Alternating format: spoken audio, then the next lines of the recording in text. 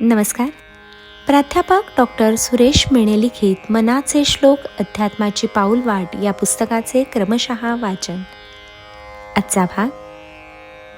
घनश्याम हा राम लावण्य रूपी, महाधीर गंभीर पूर्ण प्रतापी, करी संकटी सेवकाचा कुढावा, प्रभाते मनी राम चिंतित जावा. मनाच्या श्लोकातील 67 ते 76 हाही 10 श्लोकांचा एक गट आहे. या श्लोकांमधून समर्थांनी प्रभात समयी सर्वप्रथम भगवंतांचे चिंतन केले पाहिजे हे समजावून सांगण्यासाठी शेवटचा चरण प्रभाते मनी राम चिंतित जावा या उक्तीने केला आहे. आत्तापर्यंत आपण पुष्कळशा श्लोकामध्ये सगुण भक्ती, निर्गुण भक्ती यांचा उहापोह केलेला आहे. निर्गुण उपासना ही सर्वात वरची पायरी मानली जाते, तर सगुण उपासना ही सर्वात खालची पायरी मानली जाते. तरी सुद्धा सर्वसामान्य माणसांना सगुण उपासनाच मानवते व तीच त्यांना समजते देखील. आपण स्वतः देहधारी आहोत. भगवंताने सुद्धा अवतार घेतले, ते सुद्धा कोणत्या ना कोणत्या देहातूनच घेतले. यामुळे आपणही भगवंत कसा असेल तर तो आपण आपापल्या कल्पनेप्रमाणे सगुण रूपातच कल्पिलेला आहे. या 10ही श्लोकांमध्ये समर्थांनी परमेश्वराचे सगुण रूपच वर्णन केले आहे.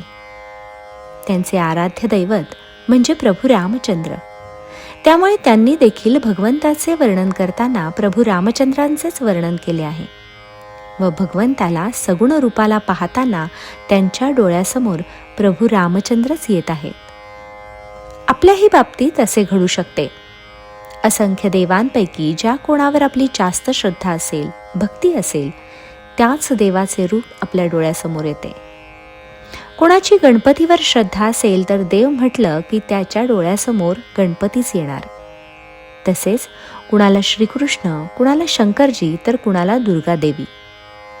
समर्थांचे दैवत प्रभू रामचंद्र, तेव्हा त्यांनाही सगुण रूपात तेच दिसत असणार व त्यामुळे त्यांनी राघवाचेच वर्णन केले आहे. हा राम सावळा आहे, परंतु सौंदर्यवान आहे. सावळा रंग हा आपल्याला जवळचा वाटतो.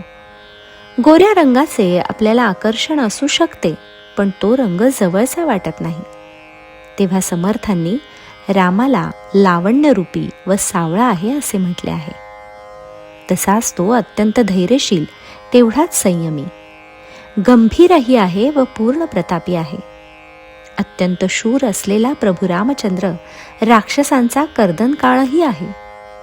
एकाच वेळेस तो तारणारा आहे तर दुष्टांना मारणाराही आहे.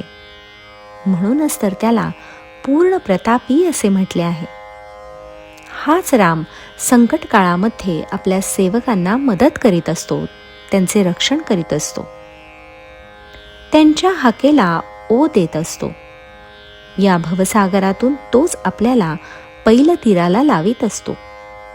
फक्त त्यासाठी अनन्य भावाने त्याला शरण गेले पाहिजे. यासाठी सुरुवातीपासूनच आपण तसा प्रयत्न केला पाहिजे. प्रत्येक क्षणी त्याचे नामस्मरण केले पाहिजे. आपल्या दिवसाची सुरुवात प्रभात समयाने म्हणजे पहाटेने होते. तेव्हा प्रत्येकाने उठल्यावर सुरुवातीलाच रामाचे नाव घेतले पाहिजे. भगवंताचे नाव घेतले म्हणजे निश्चितपणे त्याला तो दिवस समाधानात घालवता येईल व दिवसभर त्याच्या मनात रामाचेच चिंतन राहील. प्रभात समयी आपण जे चिंतन करू ते दिवसभर आपल्या स्मरणात राहते.